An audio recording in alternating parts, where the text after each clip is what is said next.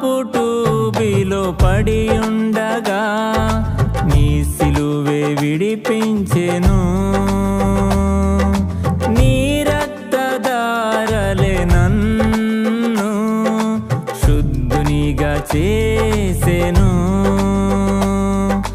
పాప పుటూబిలో పడి ఉండగా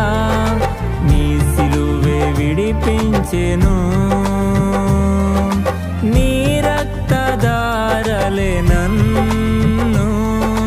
శుద్ధునిగా చేసెను